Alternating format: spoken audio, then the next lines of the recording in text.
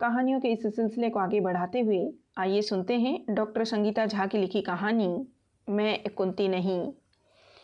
मैं वसुधा एक भरे पूरे परिवार में बचपन से रहती थी। घर की ज़रूरतें खेती और एक फर्टिलाइज़र की शॉप से पूरी होती थी। घर पर बाबूजी, माँ, दादी, दादा, चाचा, चाची और हम सब बच्चे साथ रहते थे। हम 3 बहनें और चाचा के 4 बेटे थे, लेकिन हम सातों सगे भाई बहनों की तरह ही रहते थे। इसलिए अम्मा को कभी ये लगा नहीं कि उनके हिस्से बेटियाँ और चाची ने बेटों की माँ बन बाजी मार ली है। चाचा चाची की चहेती हम बहनें ही थी और घर में हम तीनों का ही राज था। चाचा के 4 बेटे भी बेटी की चाहत में ही हुए थे। घर में सब कुछ था, लेकिन थे दादी के कटाक्ष, जो यदा कदा माँ को किया करती कि उन्होंने कोई बेटा जना नहीं। लेकिन चाची नहले पर दहला मारती, बेटे जन्म के मैंने कौन सा तीर मार लिया, काम के न काज के, दुश्मन अनाज के। मेरा तो सारा काम मेरी बेटियां ही करती हैं, पढ़ाई में देखो नंबर 1। ऐसा कह चाची हमेशा दादी का मुंह बंद कर देती। हालांकि चाची को पूतों वाली होने की वजह से दादी की प्यारी बहू होना था, लेकिन जानबूझकर वो कैंची की तरह जबान चलाती ताकि दादी माँ को बेटियों का ताना भी न दे और माँ उनकी प्यारी बहू भी बन जाए। पूरे गांव में हमारे घर की मिसाल दी जाती। हम तीनों बहनें गांव के स्कूल में मन लगाकर पढ़ती। सबका सपना था गांव से मिडिल स्कूल पास कर पास के शहर के बड़े स्कूल और कॉलेज में पढ़ने का। वही सारे भाई स्कूल जाने से कतराते, यदा कदा जाते, उसमें भी कुछ खुराफात कराते। आए दिन पापा उन्हें चाचा की मार से बचाते। वैसे घर में उनका व्यवहार हम बहनों से अच्छा था। क्या मजाल कोई लड़का हमें आंख उठाकर देख ले, उसकी हड्डी पसली एक करने पर आमदा। एक बार हम सब में सबसे छोटी बहन टुन्नी ने अपनी क्लास के लड़के से इस साइकिल में लिफ्ट ले ली। उसके पैरों में दर्द था और लड़का घर के पास ही रहता था। उसके थोबड़े और साइकिल की जो हालत हुई कि पहचानना ही मुश्किल था। गांव में हल्ला हुआ सो अलग। पापा गांव के सरपंच थे। इससे उसे लड़के को नई साइकिल और 2 जोड़ी कपड़े दिला मामला रफा दफा किया। दादी हम तीनों बहनों को कभी रामायण तो कभी महाभारत की कहानियां सुनाती।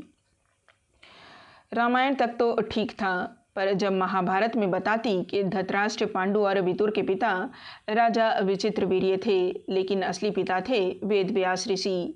मुझे ये चक्कर पहले समझ ही नहीं आता। ये असली पिता क्या होता है? दादी बड़े प्यार से बताती कि जब वेद व्यास अंबिका के पास सहचर्य के लिए आए तो उन्होंने डर के मारे आंख बंद कर ली, इसलिए धृतराष्ट्र जन्म से अंधे थे।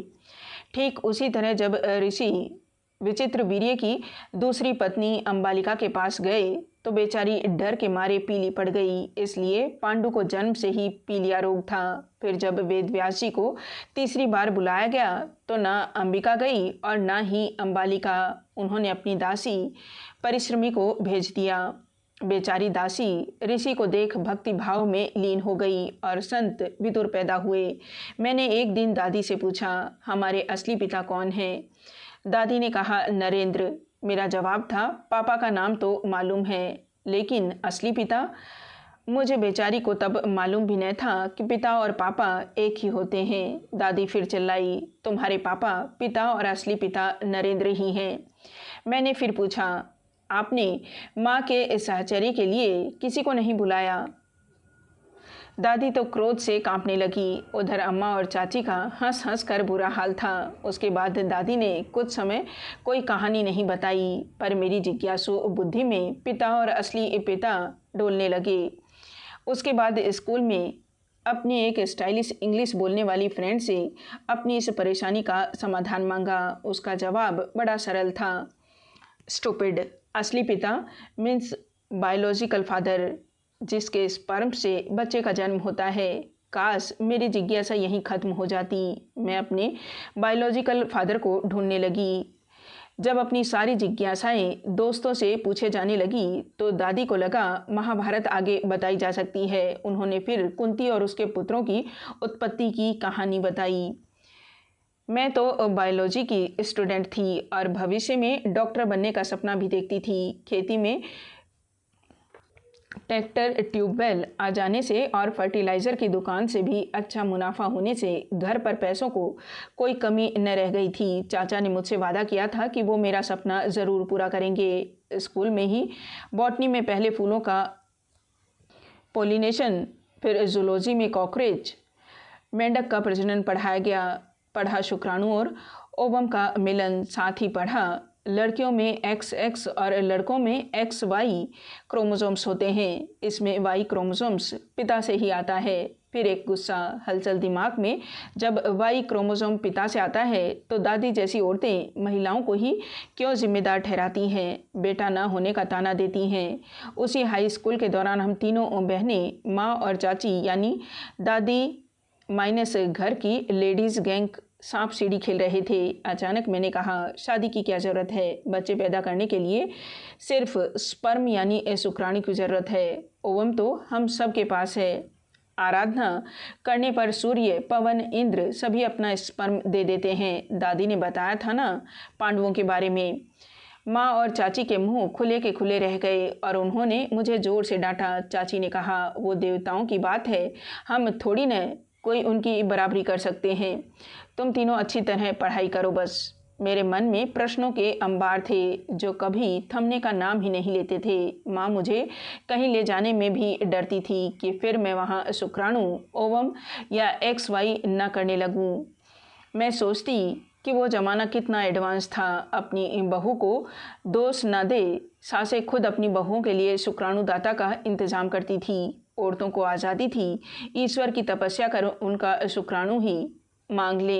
द्रौपदी के 5 पति थे और 5 पति से बच्चे, और आज अपने पति को छोड़ कोई स्त्री अपने ऑफिस में किसी पुरुष कलीग से दोस्ती भी करे तो उल्टा, रंडी और न जाने क्या क्या। अगर मन में इतने सारे प्रश्न हो तो आप उसी में उलझे रहते हैं। इसलिए जितने फोकस की मेडिकल में दाखिला पाने के लिए ज़रूरत थी वो मुझ में नहीं था। डॉक्टर बनने का सपना तो पूरा नहीं हुआ, पर मैंने अच्छे नंबरों से BSc ज़रूर पास कर ली थी। चाची के एक भाई इंदौर शहर में बिजनेस करते थे। हम बहनें चाची के साथ 2-3 बार उनके घर गए थे। वहीं अनिमेश के घर वालों ने मुझे देखा और पसंद कर लिया। मैं तो हमेशा की तरह जिज्ञासु थी। डिक्शनरी में अनिमेश का अर्थ ढूंढा तो पाया, जो पलक न झपकाए, और इसके अलावा सर्प का भी एक नाम अनिमेश है। बाप रे, ये कहीं सांप ना निकल जाए। घर में किसी को इतनी समझ नहीं थी कि अपनी ये बातें कह पाती। उन्हें तो राम प्रसाद, श्यामलाल जैसे नामों के बीच अनिमेश तो परी कथाओं सा नाम था। चाची ने पूछा, खुश तो हो ना वसु? इतने बड़े शहर इंदौर में रहोगी, भाई के घर भी आना जाना लगा रहेगा। मुझे पसंद भी अनिमेश के घर वालों ने किया था। 3 भाइयों में सबसे छोटे थे अनिमेश। बड़े दोनों भाइयों के 2-2 बेटे थे। केवल अनिमेश ही कॉलेज में केमिस्ट्री के प्रोफेसर थे। बाकी दोनों भाइयों की साझा राइस मिल थी, इसलिए घर का माहौल भी बिजनेस वालों की ही तरह था। अनिमेश के पिता लोग भी 4 भाई थे और अब सबकी अलग अलग राइस मिल थी। उनका घर पूतों वाली हवेली कहलाता था, इसलिए अभी तक उनके यहाँ बेटी ने जन्म ही नहीं लिया था, शायद जन्म ही नहीं लेने दिया होगा। गांव में पली बड़ी होने के बाद भी मुझे सब बड़ा अजीब लग रहा था कि इंदौर जैसे शहर में भी लड़का लड़की को देखना नहीं चाहता। जॉइंट फैमिली, घर की औरतें ही लड़की पसंद करती है। उसके बाद इस बात का घमंड कि आज तक उनके खानदान में लड़की का जन्म ही नहीं हुआ है। मन ही मन सोचा, इनके यहाँ के पुरुषों के Y क्रोमोसोम भी चाचा की तरह काफ़ी स्ट्रॉन्ग्स हैं। मुझे वसुधा को कुछ भी अच्छा नहीं लग रहा था। कई बार चाची से मिन्नतें की, चाची जब अनिमेश मुझे मिलने के उत्सुक ही नहीं है तो ये शादी क्यों? मैं गांव में पली बड़ी ज़रूर थी, लेकिन सपने बड़े बड़े थे। कभी भी चाचा चाची की वजह से महसूस ही नहीं हुआ कि लड़की होना अभिशाप है और पूतों वाली का खिताब भी कोई चीज़ है। हर नवरात्रि में हमारे गांव पूजे गए और हमें खिलाने के बाद ही सबने खाना खाया। भाई कितने ही आवारा रहे हों, लेकिन हमेशा हमारी लाठी बने रहे। लेकिन घर वालों को इंदौर, प्रोफेसर और राइस मिल, ये सारे दुनियावी शब्द बड़े प्रभावित कर रहे थे। मेरे पीछे और 2 बहनें थीं जो माँ के साथ रसोई में ही ज़्यादा खुश रहती थी। बहनें भी खुश कि हर महीने बड़ी बहन से मिलने आएगी और इंदौर के मज़े उठाएंगी। मैं 23 बरस और अनिमेश 35 के थे। घर वालों को ये 12 साल का उम्र का फासला भी नहीं दिख रहा था। दादी ने कहा, मेरे और तेरे दादा में 20 साल का अंतर है। देखती नहीं, अभी भी दादाजी कितने हट्टे कट्टे हैं और मैं बूढ़ी हो चली हूँ। अरे वसु, आदमी कभी बूढ़ा नहीं होता। माँ ने भी अपने और पिताजी के बीच ठीक 12 साल का अंतर होने की बात की। यहाँ मैं टाल मटोल कर रही थी कि वहाँ से चाची के भाई रोज़ फ़ोन कर रहे थे कि लड़के वालों को जल्दी है, कहीं लड़का हाथ से निकल न जाए। मैं किस मुंह से कहती कि मुझे पति के रूप में एक दोस्त और प्रेमी चाहिए। मेरे सपनों की इस तरह हत्या न करें। चाची शादी की तारीख तय होने के बाद मुझे रोज़ शुक्राणु और ओवम के मिलन की प्रक्रिया धीमे धीमे समझाने लगी। मैं डर गई और मैंने चिल्लाकर पूछा, बाप रे, क्या वो रेप करेगा? चाची हंसी और कहा, शादी के बाद स्त्री पुरुष के संबंधों को प्रेम कहते हैं बेटा। जो ज़बरदस्ती तुमसे संबंध बनाए उसे रेप कहते हैं। मैं सन्न रह गई। वाह, गजब की दुनिया है। जिसने ना मुझे आज तक देखा और ना ही मुझसे बात करने की कोशिश की, वो अगर मुझसे शारीरिक संबंध बनाए तो प्रेम। कब तक बाहर कोई भी लड़का हमारे आगे पीछे दिखे तो भाई खून करने पर आमदा थे। ऐसी शादी और फिर उस रात की कल्पना से डर और घृणा ज़्यादा हुई। बकरे को ज़िबह होना ही था। लाख कोशिशों के बावजूद मैं इस शादी को रोक न पाई और पूतों वाली हवेली का एक हिस्सा बन गई। पहली रात कमरे में एक विचित्र सी मुस्कान लिए बड़ी जेठानी आई और एक दूध का गिलास रख गई और कहा, देवर जी को पिला देना, ऑल दी बेस्ट, और जीत का अंगूठा दिखाकर चली गई। मैं समझ ही नहीं पाई कि अपना कौमार्य खोने के लिए ऑल दी बेस्ट डरी डरी सी बैठी रही और बैठे बैठे ही पता नहीं कब नींद आ गई। बीच रात में नींद खुली तो पाया अनिमेश जी पास के सोफे में कुड़मुड़ा के सोए हुए हैं। उनके लिए रखा गया दूध वैसे ही पड़ा था। दरवाज़ा अंदर से बंद था। इससे जान में जान आई। दूध जाकर वाश बेसिन में फेंक दिया। नई दुल्हन के लिए बनाया गया कमरा और वॉशरूम घूम घूम कर देखा। बाथरूम से लगा हुआ एक छोटा सा कमरा था जिसमें दीवार से चिपकी अलमारी और एक बड़ा सा आईना था। ये सब तो अपने घर में देखा ही नहीं था, इसलिए न चाची कहती थी कि बड़े घर की बहू बनने जा रही हो। मैं इतनी जिज्ञासु थी कि पूरी दुनिया का ज्ञान चाहे नॉवेल या फिर इंटरनेट से दिमाग में भर लिया था। मेरे लिए घर, कार, पैसों से ज़्यादा अहमियत ज्ञान और इंसान की थी। फिर भी इस कमरे के कोने कोने ने दिल छू लिया। मैं आईने में खुद को निहार रही थी कि पीछे से अनिमेश जी आए और पीछे से आती उनकी खुशबू से ही मेरे रोम रोम सुलग गए। उन्होंने बस इतनी सी इजाज़त मांगी, मैं बाथरूम चला जाऊं? तुम्हें जाना तो नहीं है? मैंने बस सर हिला दिया। ये मेरा पति कहिए या प्रियतम से पहला वार्तालाप था जिसमें मेरी भागीदारी केवल सिर हिलाना था। मैं भी तैयार हूँ और उनके साथ ही नीचे उतरी। मुझे लगा दोनों जेठानियों की तीखी नज़रें जैसे मेरे कपड़े ही उतार फेंकेगी। मैंने शर्म के मारे सर झुका लिया। जैसे ही हम नाश्ते की टेबल पर बैठे, छोटी जेठानी ने मेरी कलाई पकड़ते हुए मुझसे कहा, मज़ा आया? कैसी गुजरी रात? मैं सर झुकाए बैठी रही तो बड़े जेठानी ने कहा, अरे शर्माने की ज़रूरत नहीं है, हम दोनों तुम्हारी बहनें ही हैं।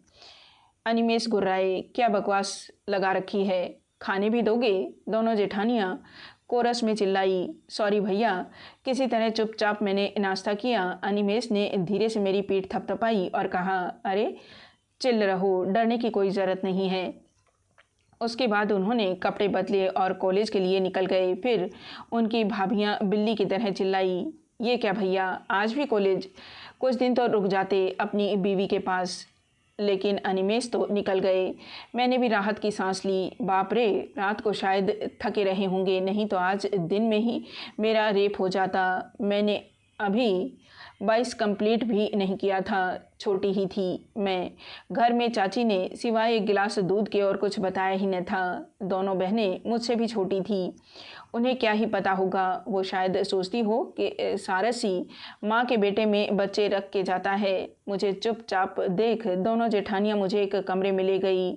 जो उनका थिएटर रूम था। उन्होंने कमरे को अंदर से बंद कर मुझे एक ऐसी फिल्म दिखाई जिसमें पति पत्नी के अंतरंग संबंध और फोर प्ले जैसी दिखाई जा रही फिल्में थी। मेरी तो जैसी घिग्गी ही बंद गई और मतली सी होने लगी। मेरे खड़े हुए रोंगटे देख दोनों डर गई और उन्होंने सीडी निकाल ली। मुझे प्यार से कहा, पगली, ये सब तो जीवन की सच्चाई है। पति पत्नी के बीच जिस्मानी रिश्ता तो होता ही है। हम तो तुम्हारी मदद कर रहे थे। ये सब तो मनी बाबू को तुमको समझाना चाहिए था। अनिमेश को घर में मनी बाबू या मनी चाचा कहकर पुकारते थे। जब शादी हुई तो छोटी ही थी, लेकिन जैसे जैसे समय बीतने लगा सब कुछ समझ में भी आने लगा। एक पुरुष के बगल में रात भर लेटना और उसका मुंह पलट दूसरी तरफ लेट जाना पहले पहले जान बच गई वाला एहसास होता था, लेकिन समय के साथ ये अपने नारित्व की हार सा लगने लगा। अब घर बैठे बैठे मैंने भी अपने मोबाइल में थोड़े पोर्न साइट देखने शुरू कर दिया। हर रात इंतज़ार रहता कि कुछ तो होगा, लेकिन निराशा ही हाथ लगती। सुबह मैं जैसे अनिमेश के साथ नीचे उतरती, सासू माँ ऊपर से नीचे ताड़ती कि कहीं मेरा पेट उभर तो नहीं रहा है। एक दिन बीच वाली जेठानी दीपा दी के छोटे बच्चे ने उनसे जिद की कि उसे एक छोटी बहन चाहिए, जैसे उसके दूसरे दोस्तों के पास है। फिर क्या था, सासू माँ जोर से चिल्लाई, खबरदार सोनू, जो लड़की का नाम लिया, हमारे यहाँ सिर्फ बेटे ही पैदा होते हैं। अब ये तेरी छोटी चाची तुझे नन्हा सा एक भाई ला कर देगी। उसके बाद तो हर दिन मुझसे फरमाइश की जाने लगी कि बाल गोपाल कब आ रहे हैं। छोटा सोनू रोज आकर मेरा पेट छूता और पूछता, चाची सारस को बोलो ना, मुझे बहन चाहिए, प्लीज़ चाची, मुझे भाई नहीं चाहिए। दोनों बड़ी जेठानी किसी न किसी बहाने कमरे में रात का फसाना या उसके छोड़े निशान देखने आती। उनके मनी बाबू का मेरी ओर ना आना मुझे मेरी कमी लगने लगा और मैंने ही अपना कौमार्य तोड़ने की ठानी। कभी मैं रात में अपना सर उनकी छाती पर रगड़ देती, उसकी नाइट ड्रेस पर सिंदूर लग जाता, तो कभी लिपस्टिक लगाकर उनका गाल चूम लेती, कभी उनका हाथ अपने ब्लाउज़ के अंदर डाल देती, खुद से खुद की चूड़ियाँ तोड़ लेती। लेकिन मजाल है कि अनिमेश टस से मस हुए हों, लेकिन अपने आप को चुभती नज़रों से बचाने के लिए ये ज़रूरी था। अब अपने मनी बाबू और वसु यानी मुझे देख दोनों जेठानियाँ मुस्कुराती और खुश होती कि मुझे दी गई सीख काम आ गई है। इसके बाद भी अनिमेश उनकी तिरछी नज़रों से कोई सीख ना लेते। शादी को 1 साल हो चला था। उल्टी सीधी अश्लील पिक्चर और सोच से, हार्मोन्स चेंज से मेरा शरीर, ब्रेस्ट, कमर कभी भर गए थे। मायके और ससुराल में दोनों जगह एक नन्हे मुन्ने बच्चे का इंतज़ार था। पूतों वाली कोठी में सिर्फ पुत्र की कामना होती थी, जबकि मायके में अम्मा और चाची कहती एक स्वस्थ सुंदर बच्चा हो जाए, लड़का हो या लड़की। चाची हर बार कहती लड़की हो या उन्हें नहीं चाहिए तो मुझे दे देना, मेरा बेटी का शौक़ पूरा हो जाएगा। छोटी बहन उनसे कहती हमसे नहीं हुआ शौक़ आपका पूरा, हम तो आपकी ही बेटियां हैं। अब तो ससुराल में हाहाकार मच गया था। छोटी बहू यानी मैं बांझ करार दी गई। दोनों बड़ी बहुओं ने साल भर के अंदर ही खानदान को चिराग दे दिए थे। सास ने अपनी एक दोस्त लेडी डॉक्टर से मेरे लिए बात भी कर ली थी। मेरी कोख घर में बहस या कहिए किसी भी बात का इतना ज्वलंत मुद्दा थी कि घर के छोटे बच्चे भी पूछते, चाची आप बांझ हो, आपके बच्चे नहीं हो सकते। मेरे लिए कभी किसी बाबा तो कभी किसी मौलाना को बुलाया जाता। रोज़ मेरे कमरे में मेरी कोख जागृत करने के लिए जड़ी बूटी के धुएं भरे जाते और मैं खांसते खांसते बेदम। मुझे बार बार दादी की सुनाई कुंती की कहानी याद आई। लगा काश मैं कुंती होती। एक दिन तो हद हो गई जब जेठानी ने आकर मुझसे कहा, मैं दोनों पैर ऊपर उठा नीचे का हिस्सा खोल लेट जाऊं। एक बाबा वहां आएंगे और टारगेट ऑर्गन पर ही धुआं करेंगे। इसका परिणाम 9 महीने में ही आ जाएगा। मेरे तो जैसे सब्र का बांध टूट गया। थी ज़रूर एक साधारण किसान के परिवार से, लेकिन इतनी खुददारी तो ज़रूर थी। मैंने ज़ोर से जिठानी का हाथ झटकाया और दौड़कर ड्राइंग रूम, जहां घर के बड़े और वो ढोंगी बाबा बैठे हुए थे, बिना परिणाम के चिंता किए मैं ज़ोर ज़ोर से चिल्लाने लगी, पुत्र आपका पांडु है और विचित्र वीर्य भी है। इसके टारगेट ऑर्गन्स में धुआं लगा मंत्र फुकवाइए। मैं कुंती नहीं हूँ, मुझे नहीं आता सूर्य, पवन और इंद्र का आह्वान कर पुत्र पैदा करना। मैं कुंती नहीं हूँ। सारा घर अवाक रह गया। पूरे घर में सन्नाटा छा गया। मैं वसुधा बार बार चिल्लाई जा रही थी, मैं कुंती नहीं, मैं कुंती नहीं।